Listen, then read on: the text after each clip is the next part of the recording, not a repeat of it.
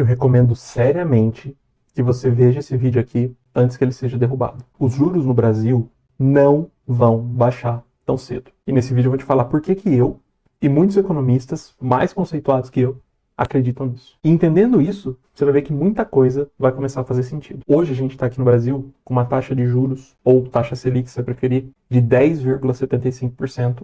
Ela estava numa tendência de queda, voltou a subir agora, se eu não me engano, no dia 18 de setembro. E parece que ela não vai baixar tão cedo assim. E eu sei que você sabe, que você já entende que a taxa Selic é usada para controlar a inflação.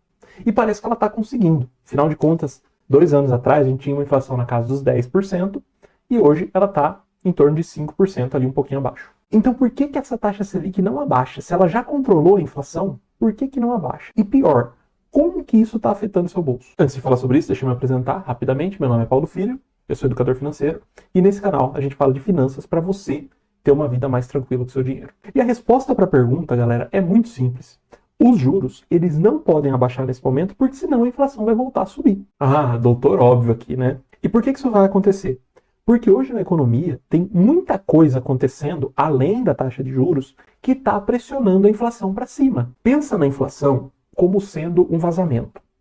A taxa Selic é o concreto que você vai colocar lá para estancar esse vazamento. Quanto mais alta, mais concreto você está colocando ali e é mais difícil de vazar. Só que o que está acontecendo hoje? Por que o vazamento não estanca? Porque enquanto a Selic está colocando concreto, você tem uma porrada de coisa acontecendo na economia, e eu vou citar aqui pelo menos umas 4, e cada uma dessas coisas é como se fosse uma picareta batendo lá no furo e fazendo o vazamento aumentar. Então, quando eu falar desse vídeo de pressionar a inflação para cima, é como dar uma picaretada nesse vazamento, beleza? Vai aumentar a inflação.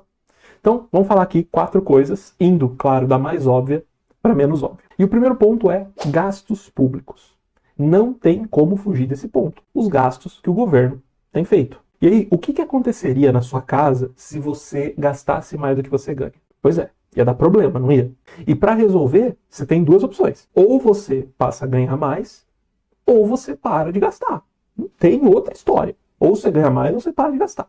Normalmente, o que a gente faz, na situação assim a curto prazo, pelo menos a galera mais consciente, né? É parar de gastar. É cortar um pouco os gastos. Mas o governo está pensando assim? Não. Eles não querem cortar gastos. O que eles estão aumentando, e bastante, é o quanto eles ganham. E vocês estão vendo aí, gente, o nosso ministro da Economia criou tanto imposto que vocês viram os memes que rolaram por aí na internet, né? E aqui eu não quero ficar sendo chatão, falar que tá certo, que tá errado. Mas o que precisa ser dito é que o povo não aguenta mais pagar imposto. E engana-se você quando você acha que a solução é taxar os ricos. Gente, o rico sempre vai dar um jeito de pagar menos imposto.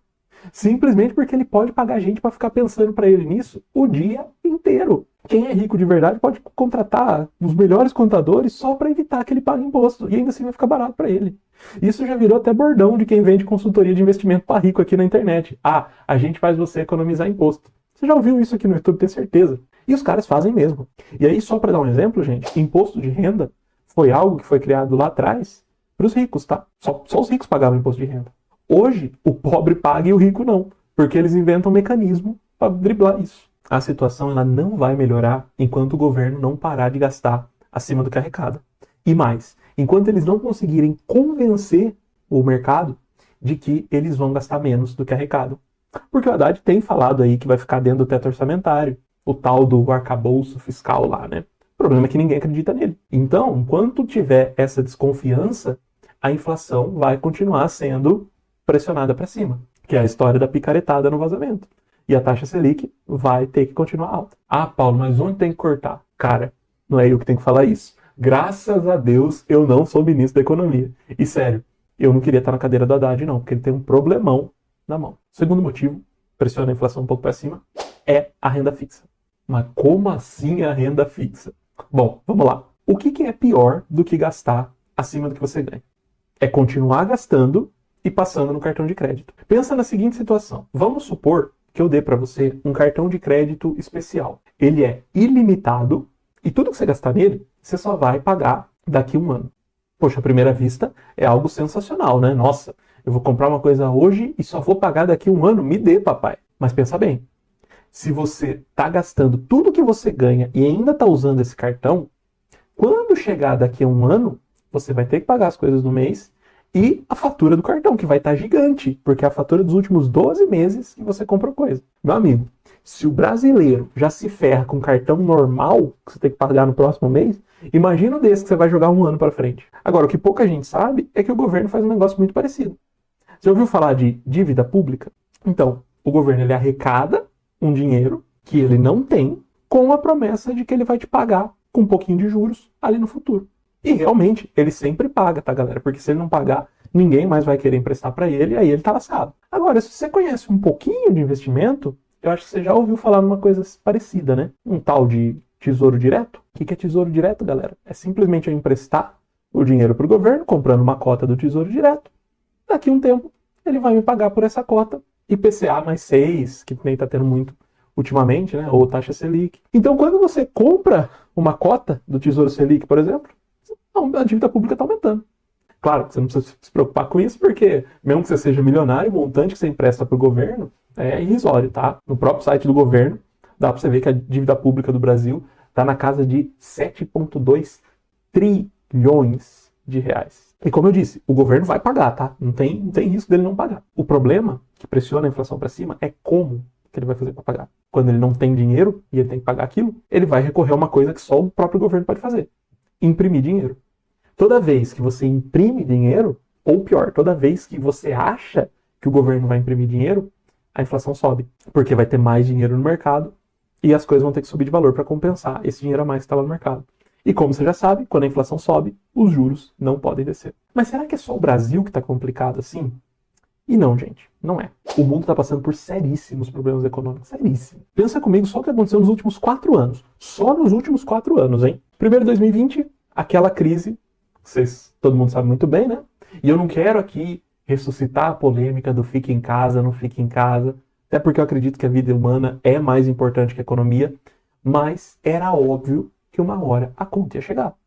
E ela chegou forte em 2022, com uma inflação subindo no mundo inteiro, adoidado. E aí, quando a gente estava começando a esboçar uma reação, estava começando a ver a luz no fim do túnel, guerra entre Rússia e Ucrânia. Isso aumentou muito o custo de energia na Europa, isso aumentou muito o custo do combustível no mundo inteiro, e além disso, causou uma instabilidade muito grande, porque tem um potencial de um conflito desse escalar, né? Estados Unidos entrou no meio, China se posicionou também. Então, o perigo de escalada é muito grande.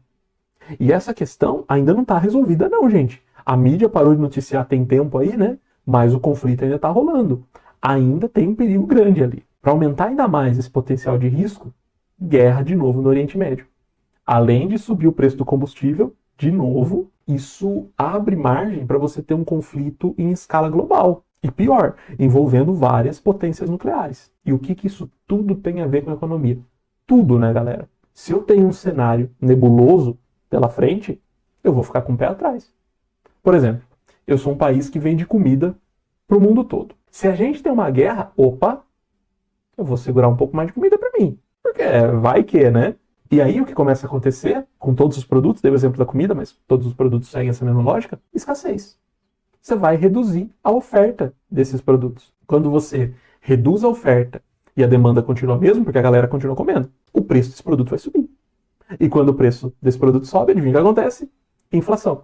Inflação para cima, você não pode cortar os juros. E outro ponto, o quarto, que está pressionando a inflação para cima, né? É a baixa taxa de desemprego. Putz, mas aí vocês me pegam, né? Até nas coisas que o governo tá bem, o negócio fica ruim. Não, deixa eu explicar melhor o que acontece, né, galera? Eu vou falar aqui no cenário Brasil, tá? Mas é uma situação que está acontecendo em outros países, inclusive Estados Unidos, Europa e muitos lugares mais desenvolvidos, tá? A gente está vivendo uma situação de pleno emprego. O que isso quer dizer? Todo mundo que quer trabalhar está trabalhando. A taxa de desemprego no Brasil, por exemplo, está em 6,8%, que é a menor no índice histórico. E esse cenário, por mais que seja bom as pessoas estarem trabalhando, tá? Esse cenário, ele pressiona a inflação para cima. Porque a galera está trabalhando, se a galera está trabalhando, ela está com mais dinheiro no bolso. Se ela está com mais dinheiro no bolso, ela está mais disposta a gastar. Quer dizer, isso pelo menos em teoria, né? A gente sabe que o emprego no Brasil, ele não está exatamente com a mesma qualidade que já teve antes. Mas, em países mais desenvolvidos, essa tendência maior de consumo está pressionando a inflação para cima. E agora sim, né? Como é que isso afeta a empresa e a bolsa de maneira geral? E a resposta, claro, que é negativamente, né, galera? Primeiro, o óbvio. Quando a taxa de juros sobe, o Tesouro Selic passa a pagar mais e a renda fixa acaba ficando mais interessante.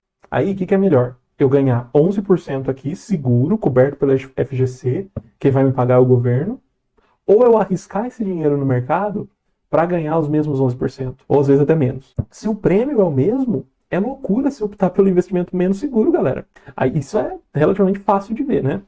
Outro ponto é que as empresas elas sofrem quando a taxa de juros está alta. Primeiro porque é mais difícil para elas pegarem dinheiro emprestado, e hoje quase toda empresa pega dinheiro emprestado para crescer, para aumentar a operação. E segundo que elas vão passar a vender um pouco menos, né? Com a inflação aumentando, o poder de compra acaba diminuindo um pouquinho, né? E aí com a perda de poder de compra, as empresas vão ter queda no consumo, o que obviamente vai reduzir o lucro da empresa, né? E aí com lucro menor, se impacta diretamente o valor das ações, né? E nesse cenário, as ações caem, porque as pessoas vão perdendo o interesse no mercado de ações. E aí, claro, isso não é recomendação de investimento, mas uma boa empresa que está com um preço barato é como se fosse uma promoção no mercado financeiro, né? Então, o que eu estou fazendo nesse momento é aumentar a minha posição em algumas ações, né? Que eu julgo boas empresas, e tentando andar no contrafluxo do mercado. Ou seja, se todo mundo está indo para renda fixa, eu estou indo para ação. Se todo mundo está indo para ação, eu estou indo para renda fixa. Mas, de novo, não é recomendação, porque isso é uma tese que faz sentido para mim. Eu acredito nessa tese. Não estou falando para você fazer o mesmo. Você tem que fazer aquilo que você acredita.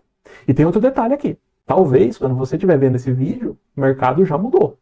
Então não faça o que eu estou fazendo. Entenda o que faz sentido para você. Até por isso eu não vou falar aqui de dos fundos e ações que eu estou comprando no momento. Se você quiser entender melhor como escolher ações, vou deixar esse vídeo aqui para você. Estou te esperando nele aqui, tá? Até mais e um abraço.